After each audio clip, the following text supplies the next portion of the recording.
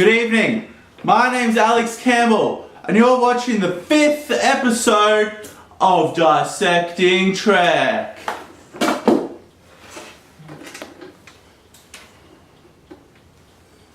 Sorry I'm late, I was just subscribing to CBS All Access.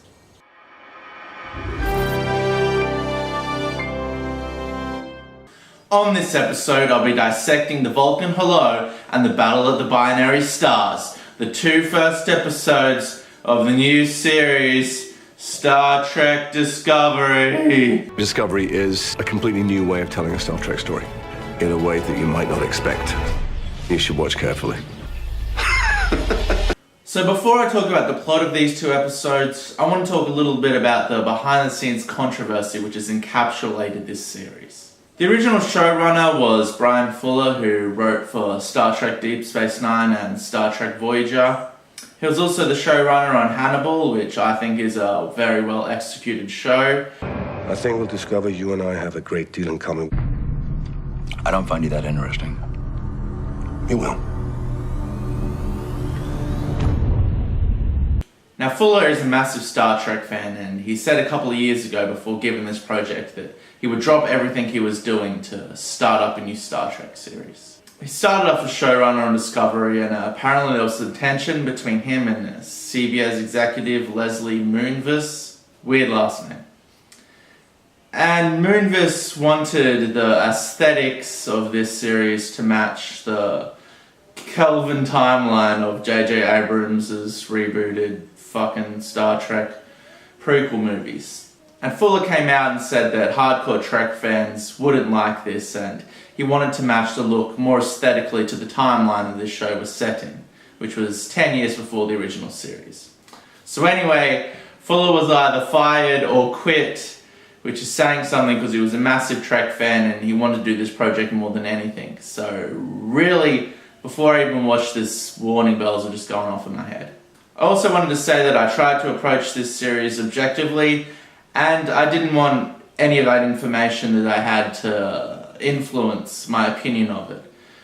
I wanted this to be good, and I don't want to see Star Trek fail, but here we go. You should watch carefully. So the first episode starts off with the captain and the first mate down on this desert planet, and they're there to open up a well for the inhabitants because otherwise they're going to die of a massive drought. And the first mate, Michael, her name's Michael for some reason, I don't know, says that there's a storm approaching and they'll be dead within the hour. This starts off an odd trend in this show, which is the first mate and captain going into every single crazy, dangerous scenario. How long until that storm comes crashing down on us? I estimate 1 hour, 17 minutes, 22 seconds. So anyway, they open up the well, and because of the dust storm, the starship can't find them. And what happens is they walk in the shape of a Starfleet logo so the ship can get a visual on them and pick them up. Follow my footsteps, Michael. Even lines. Why? Captain, where are we going? It's your turn to trust me, number one.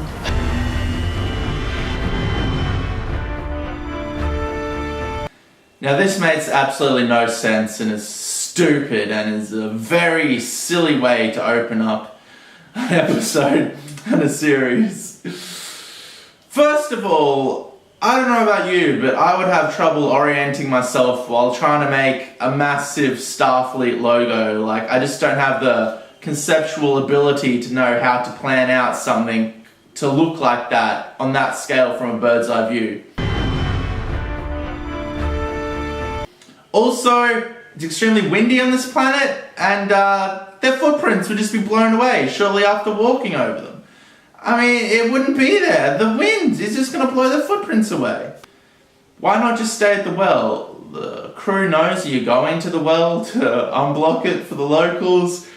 It's a visual point. Just beam them up from there. So enter the opening titles. Something else I didn't like. It didn't feel like Star Trek at all to me, and it felt like a direct rip-off of the Westworld opening credits.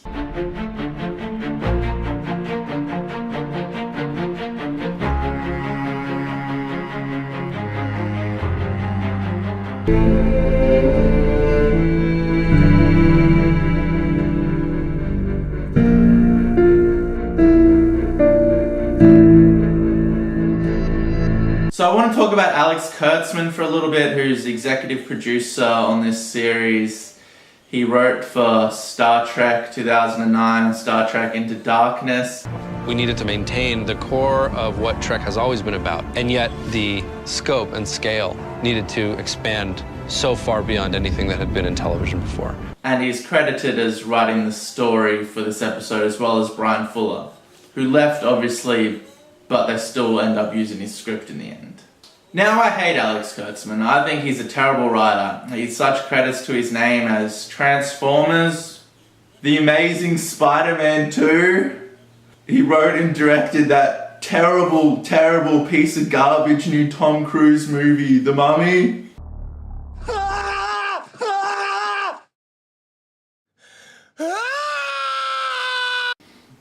And of course, I don't like his scripts for Star Trek 2009 and Star Trek Into Darkness. The amount of plot holes and inconsistencies with the canon Into Darkness was ridiculous. And just overall, as far as writing an arc and characters and dialogue, he's not good. He's not a good writer. He knows nothing about Star Trek or the mythos. Don't attach him to your product. Get him out of there. It's just fucking horrible. Why would you have him attached to the show? He's a hack. He's a fraud hack and terrible fucking writer. Transformers. Amazing Spider-Man 2. The Mummy.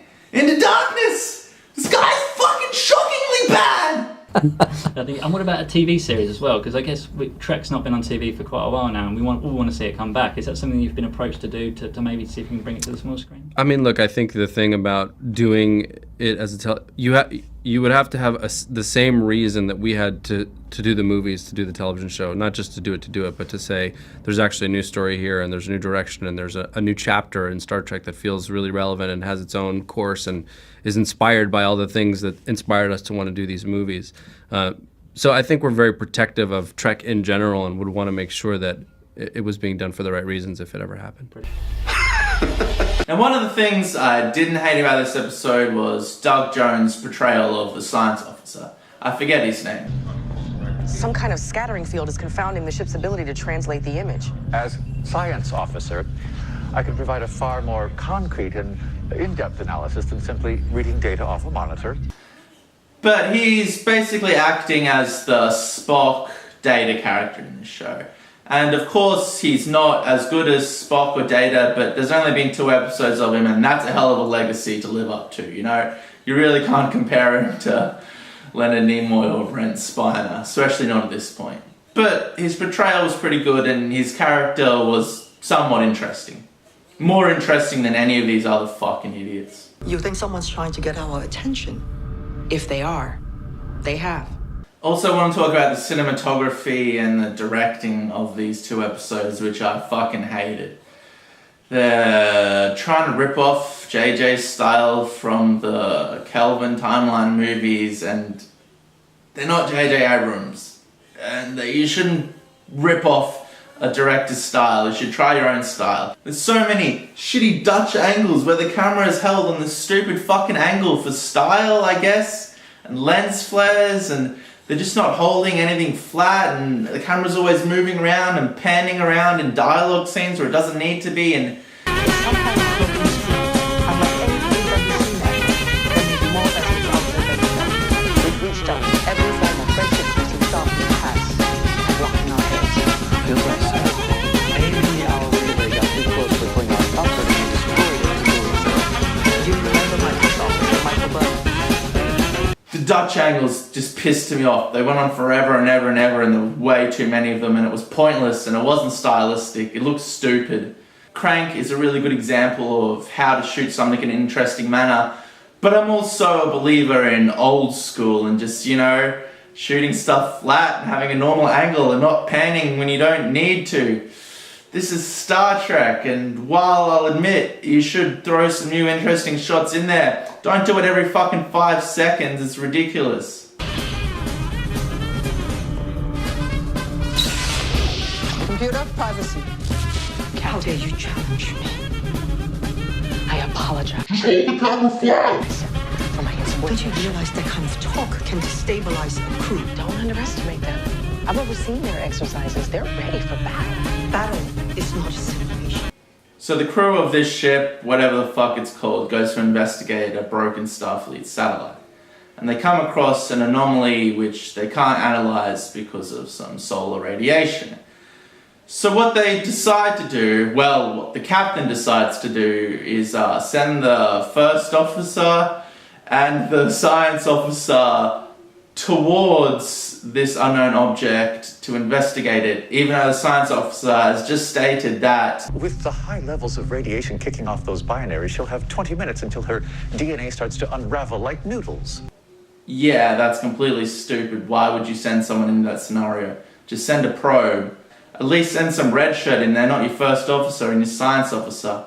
And our main character, Michael, goes and investigates it. She'll have 20 minutes until her DNA starts to unravel like noodles.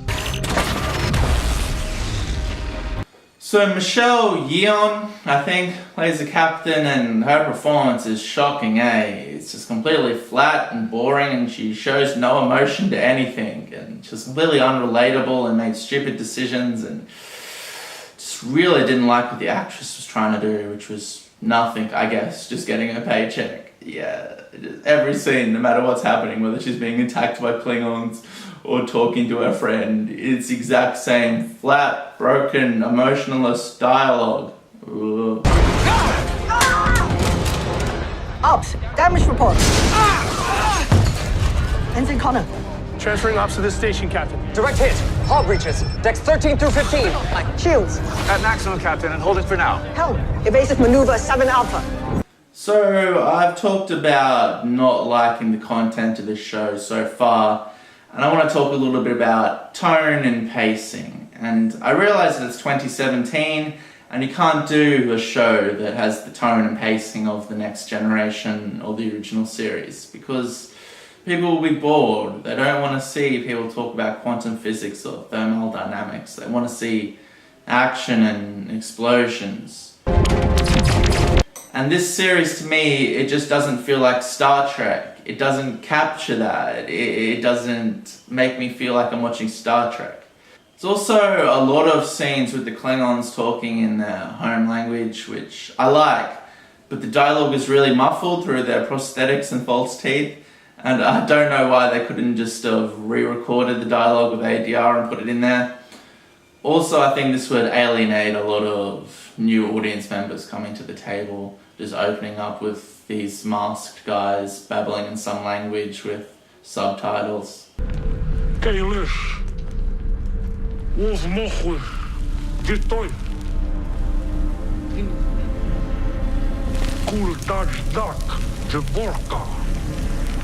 I was fine with it, but I don't think they're going to do what they're trying to do, which is connect with the new audience.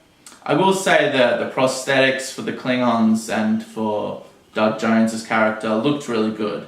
And I'm not that pissed off that the Klingons don't look like they did in the original series of Next Gen. Although I guess in saying that, they didn't look the same in the original series of Next Gen, did they?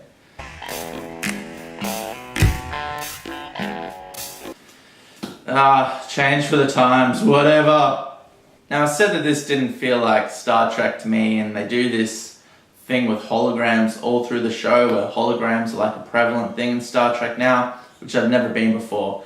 And the visuals really look like the Star Wars prequels to me. This whole time I'm looking at it going, this doesn't look like Star Trek, it looks like Star Wars. What's with the holograms? You've never had holograms in Star Trek before. Well, not like that anyway. We are on the outermost borders of Federation space. But make no mistake, you and your artifact are in our territory. So the first mate, Michael, talks to Sarek and she's like, hey, Captain Lady, we should fire on the Klingons. And she's like, no, what the fuck are you talking about? That's stupid, it makes no sense. And then she goes against the captain and speaks out against her on the bridge in front of everyone. Starfleet doesn't fire first. That's all, number one. We have to. In my ready room. Now. I've always liked the chain of command in Star Trek. It's a good structure for your characters and it's respectable. You see Picard being the stern captain and you see Riker respecting him and following his orders, and I really enjoy that aspect of it. Now the first mate, attacks the captain and knocks her out and just decides that she's going to fire on the Klingon vessel anyway. Easy, Michael.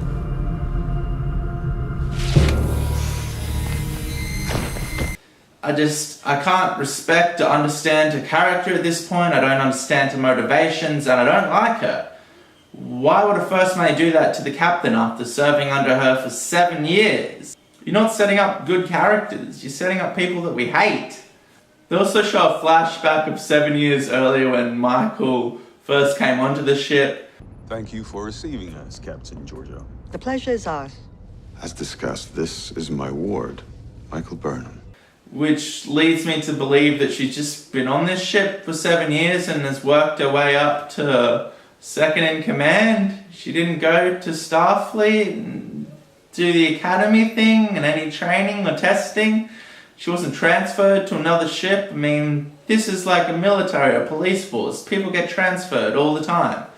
And they go to the academy and they go to Starfleet and they graduate and they get assigned a ship. But no, she just rocked up on the ship and worked her way up to second in command in 7 years with no Starfleet history. I don't get it. I don't understand what the fuck is going on. This is horribly written. Fuck you, Alex Kurtzman. Fuck you. Stay away from Star Trek. So I think we're very protective of Trek in general and would want to make sure that it was being done for the right reasons if it ever happened.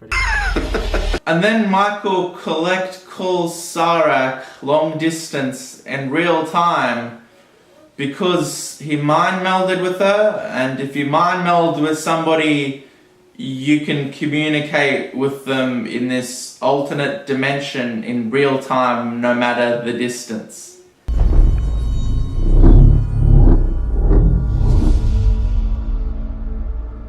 Sarek. How is it possible? A mind meld across 1,000 light years. They're just shitting on the Star Trek canon at this point. This has never been established, never shown. Just stop. Now. Live long and prosper. Go fuck yourself! So then, once again, the first mate and the captain teleport themselves into immediate danger. They go onto the Klingon ship to capture their leader. Instead of sending an away team full of fully equipped, combat-ready red shirts to do this, the captain and the first mate, the two most important people on the ship, transport over to this highly dangerous scenario because they're the main characters.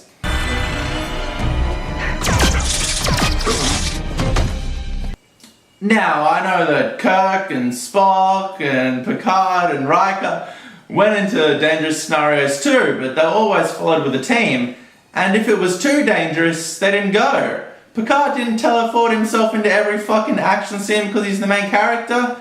He sat on the bridge and he sent an away team. Have you guys watched Star Trek? Star Trek Discovery takes place 10 years before the original show with Kirk and Spock. There's all of these opportunities to reveal things to fans. It lays the groundwork for a lot of the mythology. So then Michelle, who plays the captain, dies. And her character is now like her acting. Dead, still, void of emotion, boring. So Michael's character rightly gets court-martialed for her assault on the captain. And look at the lighting in this scene, it's like film noir. Guilty on all counts. Is there anything you would like to say in your defense before a sentence is rendered? Every other time we've seen Starfleet officials, it's just been like a normal conference room, lit like you would light a normal conference room. It's so weird. Could you imagine being put on trial and going into a room lit like that with these people sitting there? That'd be so hostile and confusing. In conclusion, I think this series will fail to find a new audience. I think the Klingon scenes are too jarring for a new audience, and I don't think it has much to offer.